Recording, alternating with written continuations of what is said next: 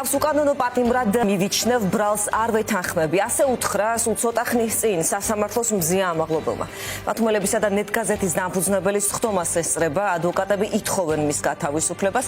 ყველაფერთან ერთად პროკურატურის ბრალდებას აბათილებს მრავალი პრეცედენტული მაგალითიც, რომელსაც სისტემა ვერ ხედავს. Am ფონზე კი პროკურატურა როგორც ჩანს ახალ აბსურდულ ვერსიას ავითარებს, თითქოს ამაღლობელი ტელეფონით იღებდა ინსტრუქციებს თავდასხმისას. Am საბაბით ითხოვენ მედია მენეჯერის ტელეფონზე წვდომას. სხდომას უძღვება ახალბედა მოსამართლე, ნახოთ როგორ ჩაიწერება მის კარიერაში ამაღლობელის პატიმრობის საქმე. ლუკა ხაჩიძე მუშაობს ამ თემაზე, ის გვეტყვის სხდომის დეტალებზე მეც. ლუკა გისმენთ. ბათუმში ეს პროცესი ამ დრომდე მიმდინარეობს. მაყურებელს უკვე უთხარით, რომ მედია მენეჯერი ბრალდებას არ ეთანხმება და თავს უკანონო პატიმრად მიიჩნევს. რაც შეეხება ბათუმის პოლიციის უფროსის მხრიდან ძალადობას და ჟურნალისტის ღირსების შელახვას, ამაღლობელმა მომხდარი კიდევ ერთხელ დაადასტურა, თუმცა როგორც ჩანს, დეტალებზე მოგვიანებით ისაუბრებს. ბათუმში პროცესს ესწრება საქართველოში საფრანგეთის ელჩი, ასევე გერმანიის ელჩის მოადგილე. დარბაზში ასევე დავაფიქსირეთ ევროკავშირის საელჩოს თარჯიმანიც, რაც იმას ნიშნავს, რომ სხვა საელჩოების წარმომადგენლებიც იმყოფებიან ბათუმში ამ პროცესზე.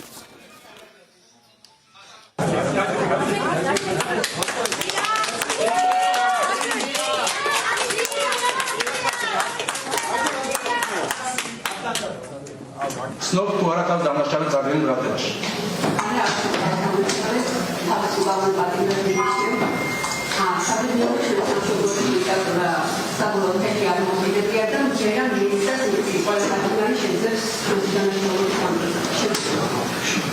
თომათონი ადგილი წამებას არა ადამიანურ დამამცირებელ ან ვისელის შემოხმებას.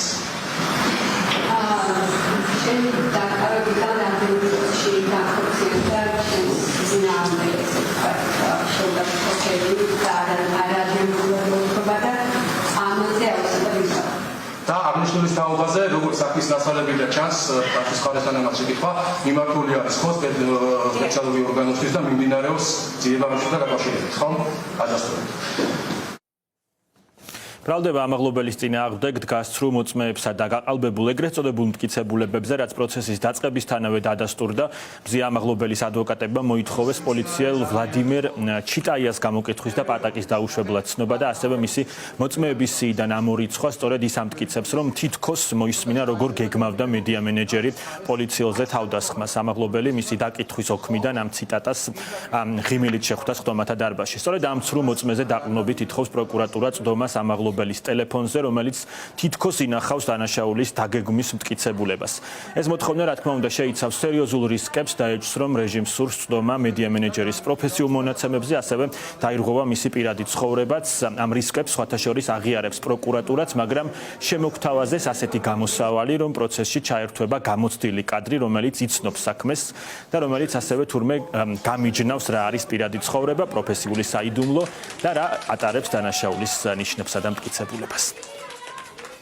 გურიის პოლიციის დეპარტამენტის დეტექტივის ოპერატიული სამმართველოს დეტექტივმა ვლადიმერ ჩიტაიამ გურიის პოლიციის დეპარტამენტის დირექტორის მოადგილე სერგი ჟღენს მიაწოდა ინფორმაცია იმის შესახებ, რომ მზია ამაღლობელს წინასწარ ჰქონდა დაგეგმილი პოლიციელზე თავდასხმა, რის შესახებაც მობილური ტელეფონის საშუალებით კომუნიცირებდა მისთვის დაუგებელ პირებთან. დეტექტივი ჩიტაია ვერ მიუთითებს კონკრეტულად რა საშუალებით იღებდა მზია ამაღლობელი მითითებებს. მისი მხრიდან არ ხდება მითითება არც სავარაუდო დროის მონაკვეთზე. არც ისეთი ინსტრუქციების დროის მონაკვეთზე, როცა ასეთი ინსტრუქციების მიცემა ხდებოდა. რის შედეგადაც ვიღებთ ყოველგვარი შინაარსის, არგუმენტაციის და ელემენტარული სერიოზულობისგან დაცლილ გამოკითხვის ზომებს. დეტექტივმა ჩიტაიამ მიიღო ინფორმაცია, რომ ქალბატონი მზია ინსტრუქციებს იღებდა ტელეფონით, როგორ უნდა დასწროდა თავს პოლიციელს. ახლა მეცნიერად ნამდვილად არ გვაქვს ჩვენ ვინმე საკ მოლოდინი და ამიტომ არ ვერცით ამ მტკიცებულებას, არ გვაქვს მოლოდინი, რომ ეს ინსტრუქციები ამოვა ქალბატონი მზიას ტელეფონიდან. უბრალოდ თქვენ უნდა მიიღოთ გადაწყვეტილება და თქვენ თუ ამ სტანდარტს, ამ საქმეზე დაამკვიდრებთ, ეს იქნება დიდი ზიანი სტანდარტი. სხვაზე შეიძლება ჩვენი ოჯახის წევრები, თქვენი ოჯახის წევრები, მათი ტელეფონი აღმოჩნდეს მზიას ტელეფონის ადგილზე და იქაც გამოჩნდება შემდეგ დეტექტივი ჩიტაია, რომელსაც ეკდება მსგავსი პატაკი. ამ დეტექტივ ჩიტაიას ასე ვთქვათ, გონება გაუნაცდა 15 თებერვალს და მან დაინახა სადღაც რომელიღაც სიზმარში, რომ შესაძლოა თურმე ქალბატონი მზიას ტელეფონით მიიღო ინსტრუქციები თავდასხმასთან დაკავშირებით. ეს არის მთელი ამ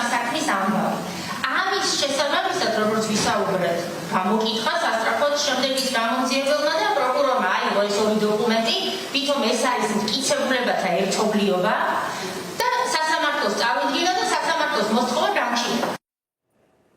ბრალდების მხარე ადვოკატების შუამდგომლობას არ დაეთანხმა, მოსამართლეს აღნიშნულზე პოზიცია ჯერჯერობით არ გამოუთქვამს. ბათუმში ეს სხდომა ამ დრომდე გრძელდება. მადლობა ლუკა ხაჩიძე საუბრობდა პირდაპირ ეთერში.